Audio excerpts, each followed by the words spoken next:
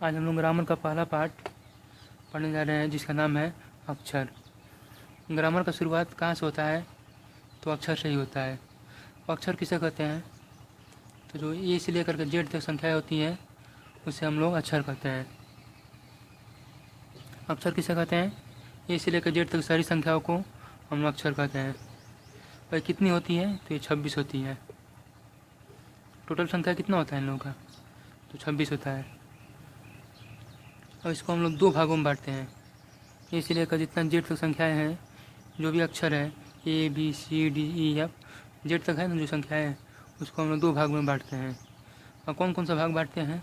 तो पहला बांटते हैं वावेल, दूसरा होता है कॉन्सोनेंट।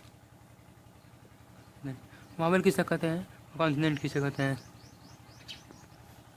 आइए समझते हैं इसको। जैसे हम लोग पढ़ते हैं हिंदी में क से लेकर अज्ञा तक पढ़ते हैं ना, क से लेकर अज्ञा तक पढ़ते हैं। फिर मात्रा में अ से लेकर के अह तक पढ़ते हैं। छोटे क्लासों में हम लोग पढ़े होंगे। क से लेकर अज्ञा तक पढ़ते हैं, फिर अ से लेकर अह तक पढ़ते हैं। ये दोनों को अलग अलग हम लोग पढ़ते हैं। इसको मात्रा बोलते हैं, इसको क्या बोलते हैं? इसको व्यंजन बोलते हैं। इसको क्या बोलते हैं? इसको स्वर बोलते हैं और इसको व्यंजन बोलते हैं। तो स्वर क्या होता है, व्यंजन क्या होता है? स्वर ये होता है जैसे मात्रा है। जैसे मान लो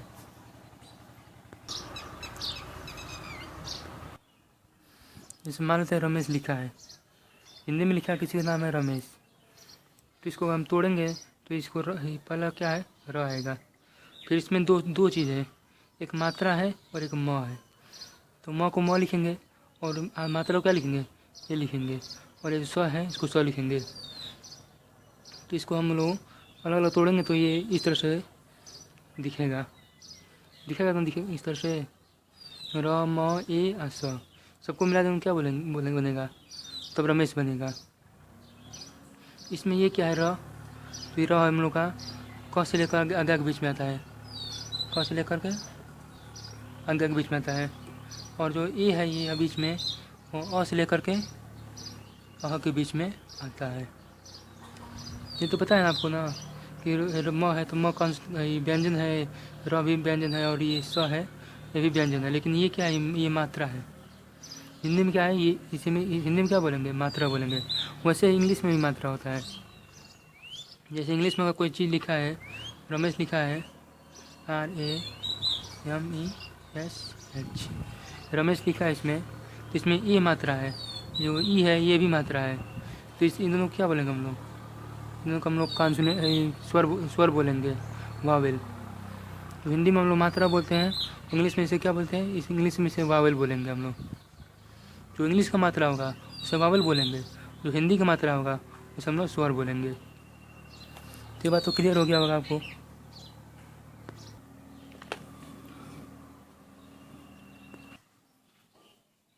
इंग्लिश की मात्रा कौन कौन है? AEIOU, इसे हम लोग वावेल बोलते हैं। ठीक, ये 5 है, ये पाँचों याद कर लीजिएगा इसको। ए है, ई है, आई है, ओ है, यू है। और बाकी जितने बच रहे हैं सब BCD और जितने ये 5 को छोड़ करके जितने बच रहे हैं उसको हम क्या बोलते हैं? उसे हम कॉन्सोनेंट बोलते हैं। क्या बोलते हैं? कॉन्सोनेंट। इसकी संख्या कितनी होती है? तो 21 होती है। कॉन्सोनेंट 21 होती है और वावेल 5 होता है।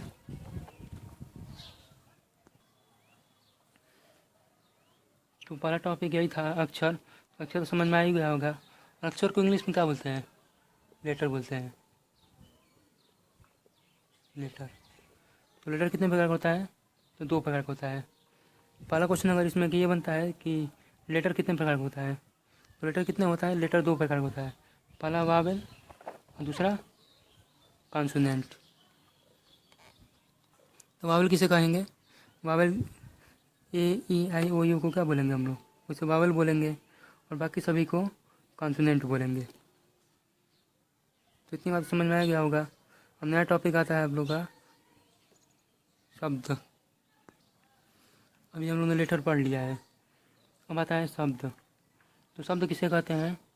जैसे लेटर हम लोग पढ़े ना, इस लेकर जेड तक संख्या को इन दो भागों में बांटा गया है वावेल और कॉन्सोनेंट के रूप में। अब इन दोनों का प्रयोग करके हम लोग शब्द बनाते हैं, जैसे DOG। ये क्या है? ये एक शब्द है। इसमें एक कॉन्सोनेंट है, ये भी कॉन्सोनेंट है, और बीच में ये वो क्या है? वो हम लोग का वावेल है। तो वावेल और कॉन्सोनेंट की सहायता से हम लोग शब्द बनाते हैं। शब्द किसे कहते कहेंगे कि वावेल का एक ऐसा सुव्यवस्थित ढंग रूप जिसकी सहायता से हम लोग कोई सही शब्द उच्चारण करते हैं, उसे हम लोग शब्द कहेंगे। जैसे कि मान लो कोई चीज़ लिख रहे हैं हम लोग, जैसे TREE, इसका मतलब क्या होता है? ट्री मीन्स पेड़ होता है। हम लोग वैसा चीज़ प्रयोग करेंगे जिसका कुछ अर्थ होता हो। जैसे मान चलो OTB। OTB मीन्स क्या होता है? कुछ नहीं होता है। OTB का मतलब कुछ नहीं होता है। जैसे TPC। अब वैसे ये नहीं कि अब सही शब्द पढ़ लिए हम लोग, लेटर पढ़ लिए तो लेटर की सहायता से कुछ भी हम उल्टा पुल्टा मीनिंग हम लोग लिखने लगेंगे, तो ये हम लोग का गलत हो जाएगा। इसका भी कोई एक सही ढंग होता है कि अगर उसका मीनिंग, उसका हिंदी कुछ होता है तो ही हम लोग शब्द लिख पाएंगे। एक एक्सरसाइज दे रहे हैं अभी करने के लिए, उसको करेंगे तो आप लोगों को पूरा समझ में आ जाएगा कि हम कहना क्या चाहते हैं। जैसे पहला है ODG। इसका मतलब क्या होता है? ODG कुछ मतलब होता है इसका? कुछ नहीं होता है। इसको सही रूप से अगर हम लिखें, हम लोग इसे क्या लिखेंगे? हम DOG। और DOG को क्या बोलते हैं? कुत्ता बोलते हैं। मतलब और कोई भी चीज़ अगर उल्टा पुल्टा लिख देंगे हम लोग, उसका कोई अर्थ नहीं निकल पाएगा। जैसे ये लिखा है OCW। OCW का मतलब कुछ होता है? कुछ नहीं होता है। OCW क्या होता है? कुछ नहीं होता। मतलब इसको हम सीधा सही लिखेंगे, क्या लिखेंगे? COW लिखेंगे। मतलब वर्ड क्या क्या कहता है? किसी भी चीज़ को लिखो तो उसको सही रूप से लिखो कि इसका कुछ मीनिंग हो। ये XO है, XO के क्या लिखेंगे हम लोग? OX लिखेंगे, आँख होता है। ये KWB कुछ मीनिंग होता है इसका? कुछ नहीं होता है। सही रूप क्या होगा इसका? BOOK। और TAC का मतलब क्या होता है? CAT होता है। मतलब ये इधर का क्या है? ये गलत रूप है, इसको हम लोग नहीं लिख पाएंगे। ये लिखेंगे तो इसका मीनिंग गलत हो जाएगा, इसका कोई अर्थ नहीं होगा। तो वर्ड अगर लिखना हो तो एकदम सही रूप से लिखा जाता है उसको।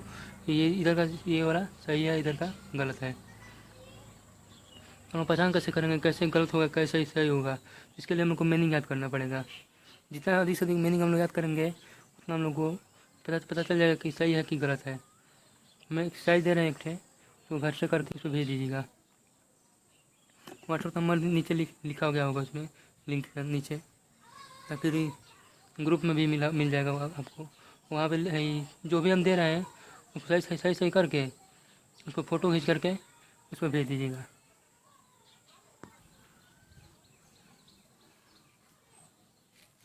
आप लोग का एक्सरसाइज है ये, एक्सरसाइज नंबर आपका 1 है। इसको करके सही से इसका हिंदी भी लिख लीजिएगा, इसका हिंदी क्या होता है। तो अगले वीडियो में हम लोग इसके आगे का पढ़ेंगे। और डरने वाला कोई बात नहीं है इसमें। और आप लोगों को कुछ भी नहीं आता है, बस ABCD आता है, बस A से लेकर Z तक आपको याद है, बस ABCD। तो वही से हम लोग स्टार्ट करेंगे। आप डरने का कोई बात नहीं कि हम लोग को कुछ आता नहीं है, किसी को कुछ नहीं आता है, लेकिन उसको पढ़ना पड़ता है। और पढ़ेंगे हम लोग तभी उसमें समझ में आएगा। और जितना है इसका हो आप लोग उसको मीनिंग याद कीजिए इसमें का।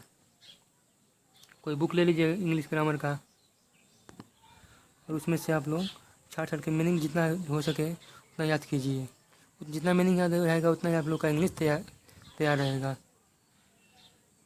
और इंग्लिश की जिम्मेदारी हमारे को छोड़ दीजिए, हम आप लोग का पूरा इंग्लिश शुरू से पढ़ाएंगे और एकदम अंतिम तक समझा करके ख़त्म करेंगे।